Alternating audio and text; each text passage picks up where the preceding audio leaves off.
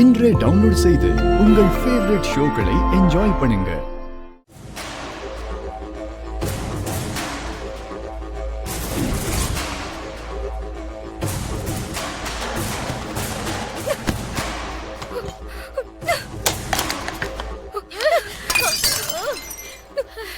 எனக்கு தெரியும், இப்படி ஏதாவது ஒரு பைத்தியக்காரத்தனத்தை பண்ணுவேன்னு எனக்கு நல்லாவே தெரியும்.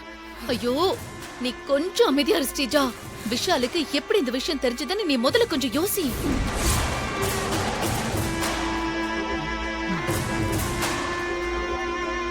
அதை விட்டுட்டு இப்படி இருக்கிற பொருள் எல்லாம் தூக்கி போட்டா எல்லாம் சரியாடுமா?